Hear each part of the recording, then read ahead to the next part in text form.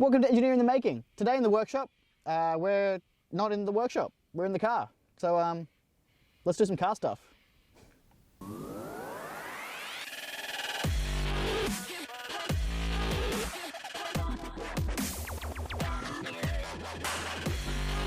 So today we're actually in my car. This is a VZ Holden Commodore, 6-cylinder, 3.6 litre engine. Do some doughies with the boys on the weekend, you know, get a little lit. Do some little fishtails and some burnouts and hit the raceway, you know. Take down those Ford boys, think they're so top, you know, they're top. For those that live out of Australia, Holdens are like the staple of the Australian people. We love them. They're currently no longer being made here anymore, but you know, we still love them. We still take down the Ford boys during the Bathurst. No, actually, no, we don't do that anymore either. No, actually, they're gone. Yeah. All right, well that's disappointing. Today we're going to be upgrading the speakers inside the car. So originally, a few years back, I did put a subwoofer in the boot, a little 12-incher. I upgraded the head unit to be one that actually had like Bluetooth and an aux cable input, because the stock one that comes with it doesn't have any of that, which was super annoying for, you know, trying to do your Spotifys and whatnot while you're driving. So I've done that already. What I haven't ever done though is the speakers inside. So they're still stock. So I mean, they sound all right, but they're, you know, they could be a little bit better. So today we're going to change out the front doors first. We're going to see if we can get that done. And then if that works, it sounds pretty nice, we're going to do the rear doors as well. So I haven't been able to find many tutorials on how to actually take the door panels off in a VZ or a VY. They're pretty much exactly the same with a few minor tweaks between the models. So it's going to be a little bit exploring today how this all kind of works. It's going to be a bit tricky with these doors. We have the power windows. We also have the handle with the door release handles, and they also have some air conditioning kind of piped into the side of them, which makes things a little bit more tricky. Hopefully we don't break anything. If we do, well, we'll just have to figure out how to fix it. So look, enough talk. Let's just get into it. So the first thing you've got to do when you're essentially changing the speakers out in one of these doors is to get this whole door panel off. This whole thing essentially will pop off once you undo all the screws. The tricky bit is finding them all. So if you watched my video on how to get a security tag off a bottle, you'll notice that when I was trying to open the hard drive, there was a lot of one of the screws was hidden underneath the sticker. Similar case here. So ones to take note of is underneath this little red panel, I believe there's a screw. In behind the handle, there's a little cap you've got to take off. There's another screw behind there. Behind this little vent, I think you need to pop that off. There's also another screw behind there. There's a few around the bottom and the outside. So look, I'm just going to work my way around, feel around, see if I can find some tutorials online. If I can, I'll link some in the description below to how I actually figured out where they all were. But yeah, let's do that and see how much we can get done before the sun goes down. Worst case, I'll do it another day, but hopefully not, because then I'll be driving around without a door on. So let's do it. How do you get this open? Ooh, isn't that fancy? Alright, so in here, apparently this pops up. Oh, okay. So that little red bit pops out. And oh. Well, isn't that interesting? So there, you just got to get your screwdriver underneath that little red tab, lift it up, and the whole thing just kind of popped out. There's a screw behind there. All right, so the next one should be under this door here, little door handle. So let's try and, again, carefully, not to scratch anything. Just pop that. Oh, just pop that out. Oh, the little bit there. Another screw. Get that on.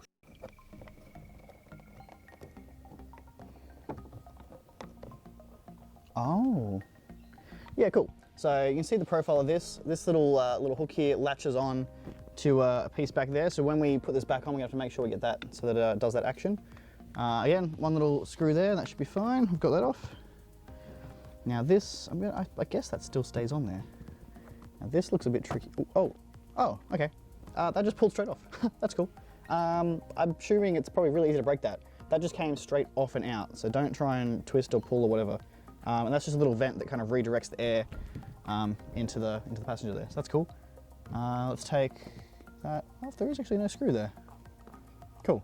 So there's no screw on that one. That one just that'll probably break if you try and pull it off without it. So that's cool. Keep working our way around. Another one here.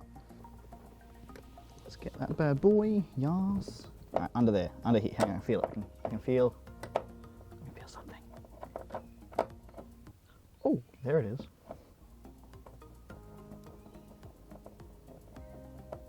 That's a long one, jeez. Oh, it just keeps going, doesn't it?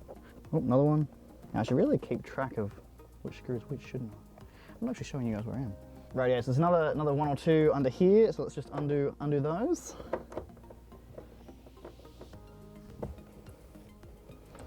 Oh, another one, far out. How many are there? I mean, at least you know the door's not going to fall off when you're driving, isn't it? Hey. Jeez. Cool, so there's another few down the side of the door. We'll get those as well. Again, just a standard Phillips all the way around, which is very nice. It looks like they're even all the same screw, which is just, it's just beautiful. Like, why doesn't everything do that? Ooh, that one's got some goop on it. I don't know what that's all about. There's some goop all over that screw. That's all right. Now I think that's all of them, which is sort of exciting. All right, so I think we have all the screws now out. So what we're going to try and do is just manipulate this door panel, and it should just pop off. I'm by myself here. There's no one helping me, so this is going to be a little bit tricky. If you've got someone to help you, it probably makes this easier. But you know what? We'll give it a go.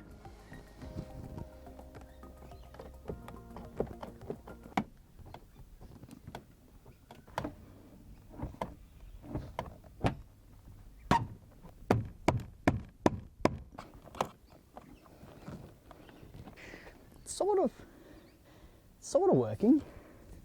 I just it's like it's moving. Look at it. So it's all free. There's one little spot over here. I think I just need to give it a bit of oomph. I just can't quite see what's stopping it. So this side's all off. All right. So there's another screw in behind here that I didn't think needs to come out, but I'm gonna do it because it looks like when I move this panel, that's moving. That might just be what's stopping us. So let's get rid of that and see if that's the issue.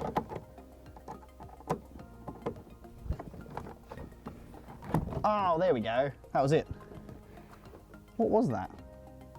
Oh, it's just a bit of black plastic. It's just yeah, okay. So there you go. There's the door off. Let's put that over here. Rightio, so there we have it. So we've got our door panel. I think it's called a card, I think is what they call it, a door card. That's now off. There was just a few screws around the outside like we did. Now here we have our speaker. So our speaker that we have down here, you can see it's just the stock one. It's just made of paper. You can see that the inner cone there actually moves with the large outer cone. So there's no, I suppose, split between your tweeter and your sub, which is why it's not as high quality as some of the ones you can buy. So what we're going to do is we're going to take these off. There's only 3 screws here. We're going to fit in our new ones, which I should go get. Let me go get those. So here is our new speaker. It's just a Kenwood 6-inch. I got these from JB Hi-Fi, got a pair of them for like $100 or something. They are these bad boys right here. So little 330 watts, that'll be your peak power. So we're looking at 60 watts RMS. So nothing crazy, but they should do the trick and they should sound a little bit better than whatever the stock is.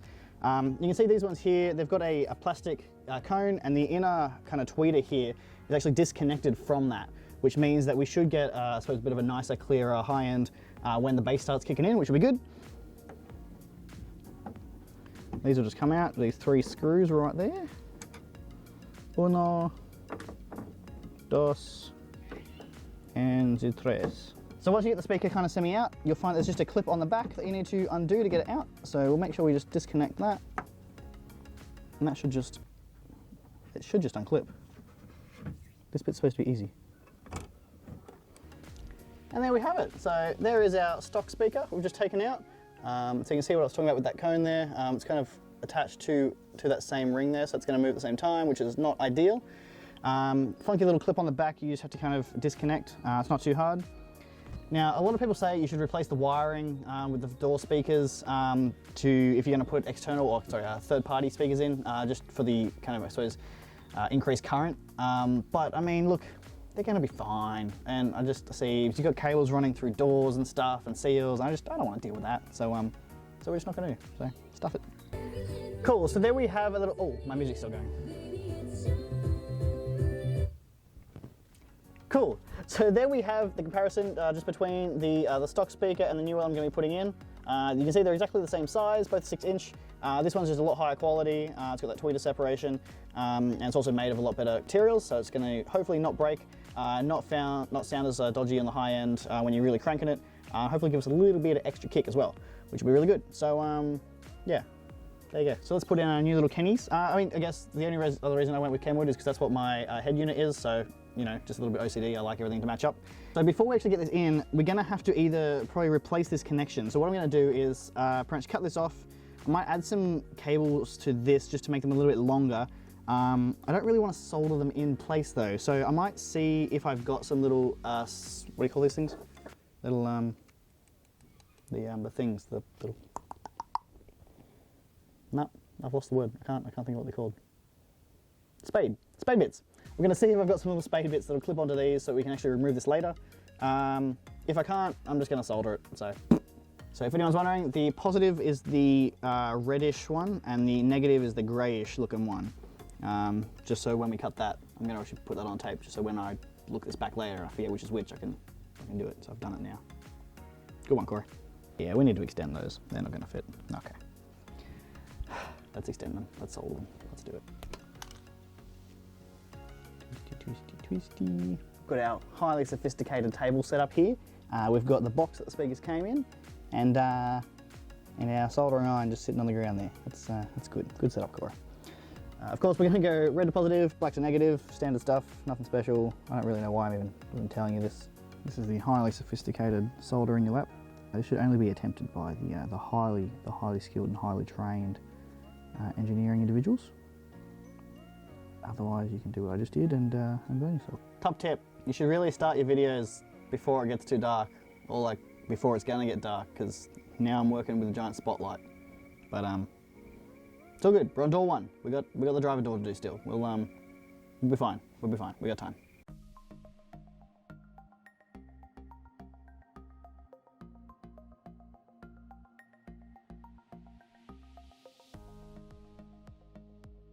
All right, so we've got our wiring all done up. We're just gonna make sure we've got our heat shrink on there, which it is. We're just gonna make sure we shrink that. It's gonna be cool. Just doing that inside my door, that's fine. So it's not gonna go anywhere. Wow! Top tip, lighters get hot. So now that we've got all our soldering done up, the wires are all done, we just gotta line these holes up and essentially do what we did just in reverse. Now, which screws were they? Oh dear.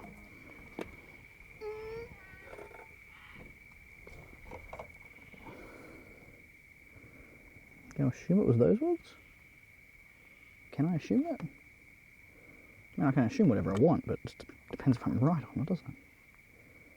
And they look about right. So let's get this door back on. I'll probably do the other one when it's morning, because I want to go inside now. It's getting dark. It's getting a bit gross. There's mosquitoes everywhere. So we'll wrap this up. We'll do another one. We'll come back and it'll be nice and daylight again, and you won't have this in your face. Rightio, so here we are the next day. And when I say the next day, I mean it's literally been about 2.5 months since I started filming that, and since I did the whole speakers thing. And I think the last thing I filmed was the doing this door. That night I ended up doing the other door, and then we've put speakers in the back doors as well now. So I did the exact same process. A few little extra hiccups. I may have broken one of the window switches, which controls the windows in the back door, but we fixed it eventually. Nothing, a little bit of epoxy, little two-part, little mix it together, can't fix. So that's all together now, which is excellent. Sounds amazing. I've just started to hear a little bit of a rattle in the front passenger seat door. So I probably should have put a bit of foam behind each of the speakers in hindsight. So if you're gonna do this, probably do that. I've seen a few other guys on YouTube do the same thing, put a bit of foam behind them. You can buy the stuff. I also, you know how I was saying that we shouldn't really hardwire them into the doors. You know what? Let me show you. Let me show you what I found. After I installed them, I went back, did this. Guess what I found at the bottom? The nice little spade bits. So there you go. That's good. I did that on the back doors. I figured that out before I did the back doors, but that's besides the point. There's really no point in me giving you like a test on here, because you can just whatever your speakers are hearing and whatever this microphone does, and you're not going to actually hear what this actually sounds like. So there's really no point in me doing a sound check, but I'll do it because that's what everyone likes to hear, don't they? Rightio, so here we are inside the car. All the doors are wired up. We've got all the speakers ready to go. We've got it hooked up to the head unit. This head unit, I have got this hooked up, a little bit of bass boost. We've got the subwoofer in the boot hooked up as well. So I'm just going to Bluetooth this from my phone. It's pretty standard. Give you guys a bit of a listen to how it sounds. I mean, it's useless. Again, I've told you it's useless me doing this right now. But someone's going to be like, why didn't you actually do a sound check of the speakers? They mustn't work, in the comments. So like, I might show you that it works, I guess.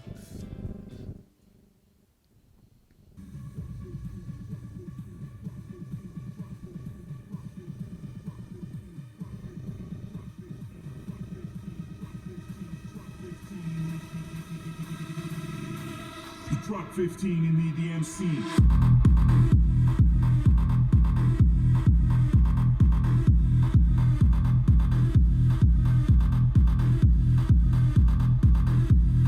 For those who are interested, let me show you the boot. Let me show you the boot just so someone's going to ask me a question. What are you got in your boot? What's the subwoofer? I'll show you. Mosquito. Here's the boot for those who are interested. We've just got a Sony 1000 watt sub in the back here. It's being driven by a 500 watt amp, which I know is not ideal, but I'm thinking about maybe swapping that out for the 4000 and then putting the 500 watter inside to drive the internal speakers. And also, we've got the Bunnings hat, because every Australian needs their Bunnings hat in their boot. Boot is also the trunk for all those Americans out there or other countries or whatever. It's boot. It's a boot. Right here. Anyway, sign off. Thanks so much for watching. I know that one was a little bit kind of clunky with that whole swap in the middle there and then like a 2.5 month kind of gap between me actually doing it and filming it and then uploading it. But I mean, yeah, that's how I roll. You should get used to that by now. That's my upload schedule. I'm busy. So yeah, anyway, catch you next time.